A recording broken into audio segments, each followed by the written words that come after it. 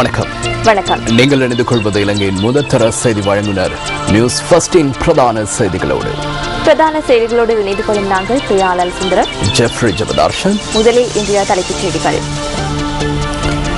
பொன்னர்வை ஊடறுத்து வீசிய கடும் காற்றினால் 31 வீடுகள் சேதம். வளிமண்டலத்தில் தளம்பல் நிலை வலுவடைந்துள்ளது. பல பகுதிகளில் பலத்த மழை. குடப்போல பல்நோக்கு கூட்டுறவு சங்கத்தின் தலைவர் மற்றும் பணிப்பாளர் சபையை நீக்குமாறு வலியுறுத்தி ஆர்ப்பாட்டம். தொடர்பான உள்நாட்டுச் செய்திகள். பொலனறுவையில் 2 பிரதேச செயலாளர் பிரிவுகளில் இன்று பிற்பகல் வீசிய பலத்த காற்றினால் 31 வீடுகள் சேதமடைந்துள்ளன. பொலனறுவை, தமன்கடுவ மற்றும் மெதிரிகிரிய பிரதேச செயலாளர் பிரிவுகளின் சில கிராமங்களில் இன்று பிற்பகல் 2:30 தொடக்கம் 3 மணி வரை பலத்த காற்று வீசியுள்ளது. 5 தொடக்கம் 10 நிமிடங்களுக்கு இந்த காற்று வீசியுள்ளதாக பொலனறுவை மாவட்ட இடர் முகாமைத்துவ நிலையத்தின் உதவி பணிப்பாளர் உபுல் நாணயக்கார தெரிவித்தார். தமன்கடுவ பிரதேச செயலாளர் பிரிவுக்குட்பட்ட 16 வீடுகளும், மெதிரிகிரிய பிரதேச செயலாளர் பிரிவுக்குட்பட்ட 15 வீடுகளும் சேதமடைந்துள்ளன. தற்போது நிலவும் வானிலைக்கு அமைய மழையுடன் குறுகிய நேர பலத்த காற்று வீசக்கூடும் என வளிமண்டலவியல் திணைக்களம் சுட்டிக்காட்டுகின்றது. வடக்கு, கிழக்கு, வடமத்திய, மத்திய, ஊவா மாகாணங்களிலும் ஹம்பாந்தோட்டை மாவட்டத்திலும் கடும் காற்று வீசக்கூடும் என வளிமண்டலவியல் திணைக்களம் விடுத்துள்ள எச்சரிக்கை மேலும் 12 மணித்தியாலங்களுக்கு நீடிக்கப்பட்டுள்ளது. நாட்டின் கிழக்கு திசையால் வீசுகின்ற காற்றினால் வளிமண்டலத்தில் தளம்பல் நிலை வலுவடைந்து வருவதாக வளிமண்டலவியல் திணைக்களம் குறிப்பிடுகிறது. நாட்டின் மேல், தென்கிழக்கு மற்றும் கிழக்கு கடற்பகுதிகளில் கொந்தளிப்பு ஏற்படக்கூடும் என்பதுடன் கடும் காற்று வீசக்கூடிய சாத்தியம் நிலவுவதாகவும் தெரிவிக்கப்பட்டுள்ளது. வடக்கு, வடமத்திய, கிழக்கு, ஊவா, மத்திய மாகாணம் அதேபோன்று தென் மாகாணத்தின் ஹம்பாந்தோட்டை மாவட்டத்தின் பல பகுதிகளில் மழையுடன் கூடிய வானிலை நிலவும். நாட்டின் அநேகமான பகுதிகளில் முகில் சூழ்ந்து காணப்படும் என எதிர்பார்க்கின்றோம். திருகோணமலையிலிருந்து மட்டக்களப்பு, ஹம்பாந்தோட்டை, காலி ஆகிய மாவட்டங்களின் கரையோர பகுதிகளில் ஓரளவான காற்று வீசுவதுடன் கடும் மழை பெய்யும் என எதிர்பார்க்கின்றோம்.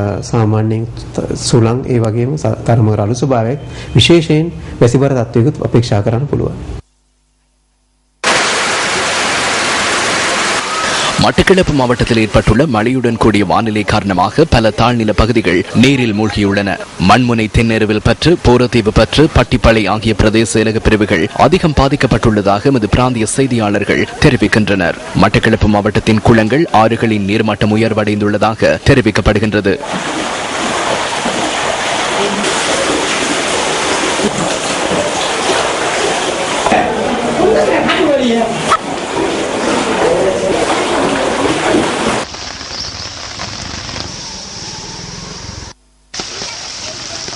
அம்பாறை மாவட்டத்தில் கடந்த 2 தினங்களாக பெய்து வரும் கடும் மழையினால் பல விளை நிலங்கள் பாதிக்கப்பட்டுள்ளதாக எமது பிராந்திய செய்தியாளர்கள் குறிப்பிடுகின்றனர். நீந்தவூர், ஒலுவில், திருக்கோவில், அட்டாலை, சென்னை மற்றும் அக்கரைப்பற்று ஆகிய கரையோர பகுதிகளில் உள்ள வயல் நிலங்களே இவ்வாறு நீரில் மூழ்கியுள்ளன. நீந்தவூர் பகுதியின் இருமரங்கிலும் உள்ள பல வீடுகள் மற்றும் அவற்றுக்கு செல்லும் பாதைகள் வெள்ள நீரில் மூழ்கியுள்ளன. அம்பாறை மாவட்டத்தில் பெய்து வரும் மழையினால் மக்களின் அன்றாட நடவடிக்கைகள் பெரிதும் பாதிக்கப்பட்டுள்ளதாக எமது செய்தியாளர் தெரிவிக்கின்றார்.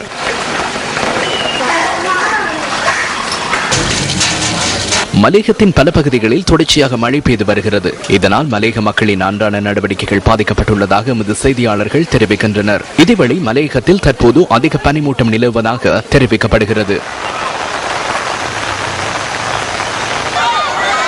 மட்டக்களப்பு காத்தான்குடி பகுதியில் அமைக்கப்பட்டுள்ள முறையற்ற வடிகான் அமைப்பு காரணமாக பிரதேசத்தில் வெள்ளம் வடிந்தோடுவதில் பிரச்சினை நிலவுவதாக குற்றம் சுமத்தி அந்த பகுதி மக்கள் எதிர்ப்பு ஆர்ப்பாட்டத்தில் ஈடுபட்டனர். சீரற்ற வானிலை நிலவும் போது வெள்ள நீர் தேங்கி நிற்கின்றமைக்கு நகரசபை நிரந்தர தீர்வொன்றை வழங்குவதில்லை என ஆர்ப்பாட்டக்காரர்கள் குறிப்பிட்டுள்ளனர்.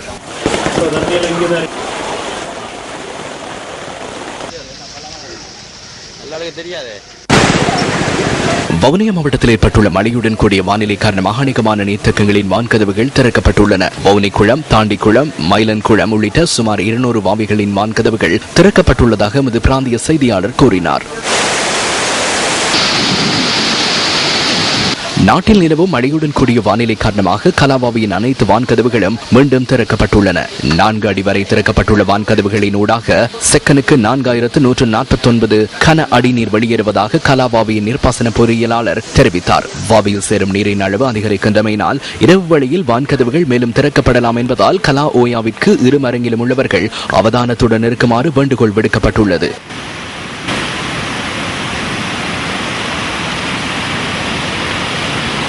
கலாவாவியிலிருந்து வெளியேறும் நீர் கலாவோயாவின் ஊடாக ராஜாங்கனை நீர்த்தக்கத்தை சென்றடைகின்றன. அதனால் ராஜாங்கனை நீர்த்தக்கத்தின் 5 வான்கதவுகள் மீண்டும் திறக்கப்பட்டுள்ளன.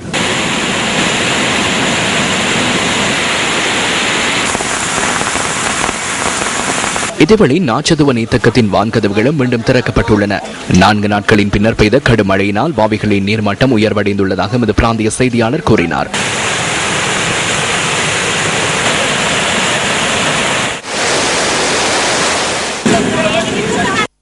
இதேவேளை புலனறுவை பகுதியில் ஏற்பட்டுள்ள மழையுடன் கூடிய வானிலையால் பல நீர்த்தக்கங்களின் வான்கதவுகள் மீண்டும் திறக்கப்பட்டுள்ளன. பராக்கிரம சமுத்திரத்தின் அனைத்து வான்கதவுகளும் 6 அங்குலம் வரை திறக்கப்பட்டுள்ளன.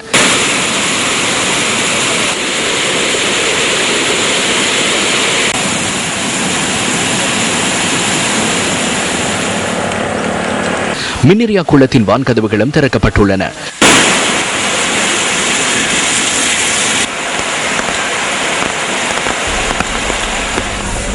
காலையில் ஏற்பட்டுள்ள சீரற்ற வானிலையினால் வேர்டோனின் ஒரு பகுதி உடைந்து விழுந்துள்ளதாக எமது பிராந்திய செய்தியாளர் குறிப்பிட்டார்.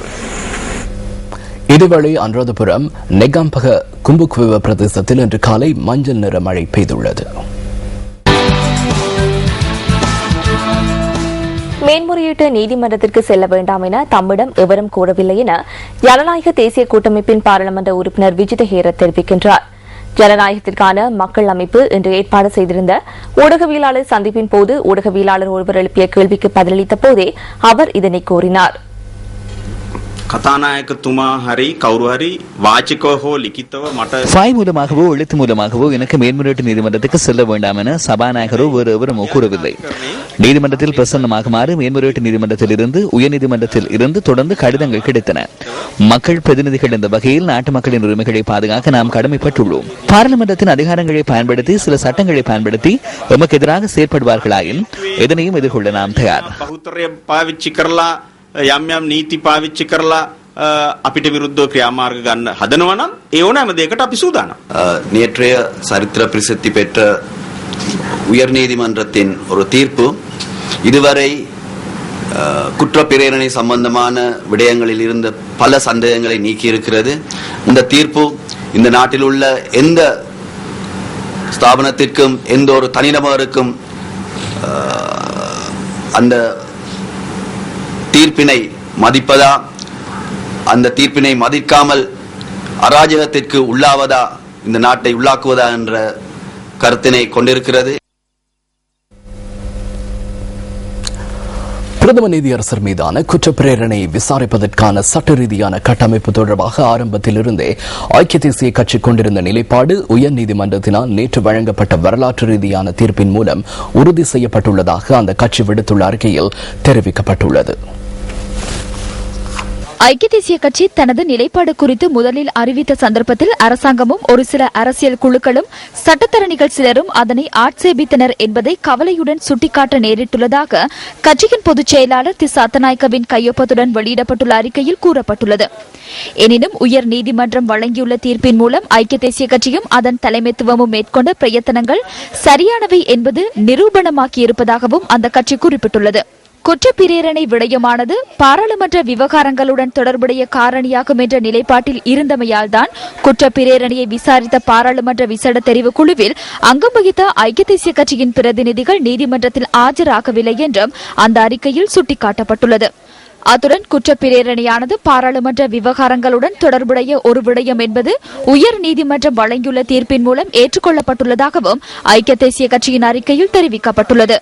உயர்நீதிமன்றம் நேற்று வழங்கிய தீர்ப்பின் மூலம் ஜனாதிபதி சர்வாதிகாரத்துக்கு தடை விதிக்கப்பட்டுள்ளதாகவும் ஐக்கிய தேசிய கட்சி கூறியுள்ளது. குற்றப்பிரேரணை தொடர்பில் மேலதிக நடவடிக்கைகளை மேற்கொள்வதற்கு முன்னதாக பொதுநலவாய நாடுகள் அமைப்பின் லெட்டிம ஹவுஸின் இணக்கத்துடன் சம்பந்தப்பட்ட புதிய சட்டங்களை கொண்டு வருவதற்கு நடவடிக்கைகளை எடுக்குமாறும் அந்த அறிக்கையில் வலியுறுத்தப்பட்டுள்ளது. எவ்வாறாயினும் இந்த விடயங்களை கவனத்திற்கொள்ளாது தன்னிச்சையாக பாராளுமன்ற அதிகாரத்தை பயன்படுத்தி குற்றப்பிரேரணை தொடர்பிலான தெரிவுக்குழு அறிக்கையை சட்டவிரோதமாக நிறைவேற்ற அரசாங்கம் முயற்சிகளை மேற்கொள்ளுமாயின் ஐக்கிய தேசிய கட்சி அதற்கு முற்றுமுழுதான எதிர்ப்பை தெரிவிக்கும் என்றும் அந்த கட்சி விடுத்துள்ள அறிக்கையில் மேலும் குறிப்பிடப்பட்டுள்ளது. நீதிமன்றம், நிறைவேற்று அதிகாரம் மற்றும் பாராளுமன்றம் ஆகியன தமக்கு வழங்கப்பட்டுள்ள அதிகார எல்லைக்குள் செயற்பட வேண்டும் என பிரதமர் நீதியரசர் மீதான குற்றப்பிரேரணையை விசாரித்த பாராளுமன்ற விசேட தெரிவுக்குழுவின் முன்னாள் தலைவர் அமைச்சர் அனுர பிரியதர்ஷன யாப்பா தெரிவிக்கின்றார். மாவத்தகமவில் இன்று நடைபெற்ற நிகழ்வொன்றில் கலந்து கொண்டு உரையாற்றிய போதே அமைச்சர் இந்த கருத்தினை வெளியிட்டார்.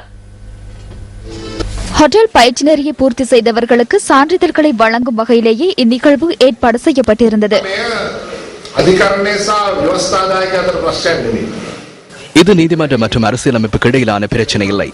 இவ்வாறான பிரச்சனை ஒன்றை உருவாக்குவதற்கு சிலர் முயற்சிக்கின்றனர். அந்த அனைவருக்கும் தனிப்பட்ட நிகழ்ச்சி நிரல்கள் உள்ளன. நமது அரசாங்கம் ஒருபோதும் நீதிமன்றத்துக்கும் பாராளுமன்றத்துக்கும் இடையில் மோதல் ஒன்றை உருவாக்க முயற்சிக்கவில்லை. நமது நாட்டில் அனைத்து பிரிவினரும் தமது எல்லைக்குள் செயற்பட வேண்டும் என்பதே எமது தேவையாகும். முன்னாள் பிரதமர் நீதியரசர் சரத் நந்து சில்வா கடந்த வாரம் பத்திரிகை ஒன்றுக்கு அனுப்பிய கடிதம் ஒன்றை மேற்கோள் காட்ட நான் விரும்புகிறேன். அரசியலமைப்பிற்கு அமைய நீதிமன்றம் பாராளுமன்றத்துக்கு எதிராக ரீட் கட்டளை ஒன்றை பெற்றுக்கொள்ள அதிகாரமில்லை என அவர் தெளிவாக கூறியுள்ளார். அந்த எல்லைக்குள் செயற்படும் பொறுப்பை நாமே ஏற்க வேண்டும். அது நீதிமன்றத்துக்கும் பொதுவானது, பாராளுமன்றத்துக்கும் பொதுவானது, நிறைவேற்ற அதிகாரத்திற்கு பொதுவானது. இந்த நிலையில் இருந்தால் மாத்திரமே எம்மால் சிறந்த பின்னணியில் அரசாங்கத்தை முன்னெடுக்க முடியும்.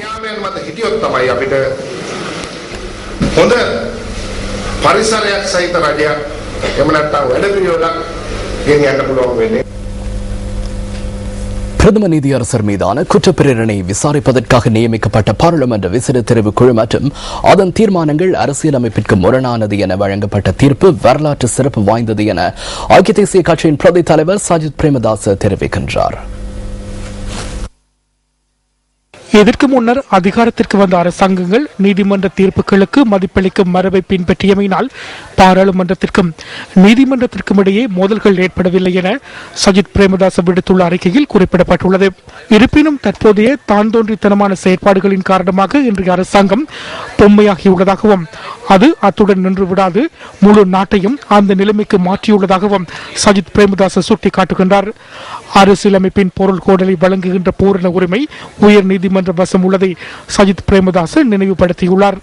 இந்த உரிமை தொடர்பில் பாராளுமன்றத்தில் சபாநாயகர் சமல் ராஜபக்ச ஏற்கனவே உறுதி செய்துள்ளதையும் சஜித் பிரேமதாச சுட்டிக்காட்டியுள்ளார். இதற்கமைய தற்போதாவது நீதிமன்ற தீர்ப்புகளுக்கு தலைவணங்கி பாராளுமன்ற நிலையீட் கட்டளை 78A உறுப்புரைக்கமைய நியமிக்கப்பட்ட விசேட தெரிவுக்குழு மற்றும் அதன் தீர்மானங்களை அதிகாரமற்றதாக்குமாறு சஜித் பிரேமதாச அரசாங்கத்திடம் கேட்டுக் கொண்டுள்ளார். அவ்வாறல்லாவிடின் நீதிமன்ற தீர்ப்புகளை வலுவாக்குகின்ற பாரிய மக்கள் அமைப்பொன்று உருவாகுவதை தடுக்க முடியாது என சஜித் பிரேமதாச சுட்டிக்காட்டியுள்ளார். நீதிமன்ற சுயாதீனத்துக்குள் தலையீடு செய்வதற்கு ஆட்சியாளர்களுக்கு இடமளிக்கும் சூழ்நிலை உருவாக்கப்படுமானால் அது மக்களின் இறைமையை அடிமைப்படுத்துகின்ற துர்ப்பாக்கிய நிலையொன்றை உருவாக்கும் என அவர் வெளியிட்டுள்ள அறிக்கையில் தெரிவிக்கப்பட்டுள்ளது. அவ்வாறான மக்கள் ஒன்றிணைவினால் அரசாங்கத்தின் நிலை பாதிக்கப்படுவதுடன் நாட்டின் எதிர்கால தலைவிதிக்கு நேரடி அழுத்தமும் விடுக்கப்படும் என ஐக்கிய தேசிய கட்சியின் பிரதி தலைவர் சஜித் பிரேமதாசவின் அறிக்கையில் மேலும் குறிப்பிடப்பட்டுள்ளது. இன்றைய பத்திரிகைகளிலிருந்து நாம் தெரிவு செய்த கேலி சித்திரம் அடுத்து.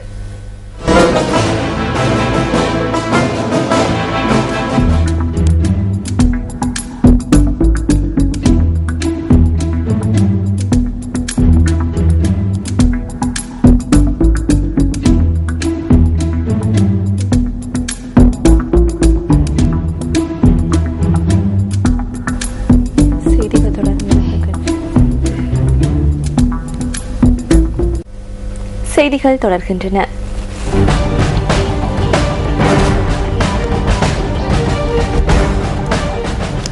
ஜனாதிபதிக்கு புத்தாண்டு வாழ்த்துக்களை தெரிவிப்பதற்காக பிரதமர் DM ஜாரத்ன நேற்று மாலை அலரி மாளிகைக்கு விஜயம் செய்திருந்தார். பிரதமர் மற்றும் அவரது குடும்பத்தினருக்கு புதுவருட வாழ்த்துக்களை தெரிவித்த ஜனாதிபதி சிறிது நேர கலந்துரையாடலிலும் ஈடுபட்டதாக ஜனாதிபதி ஊடகப் பிரிவு வெளியிட்டுள்ள அறிக்கையில் குறிப்பிடப்பட்டுள்ளது.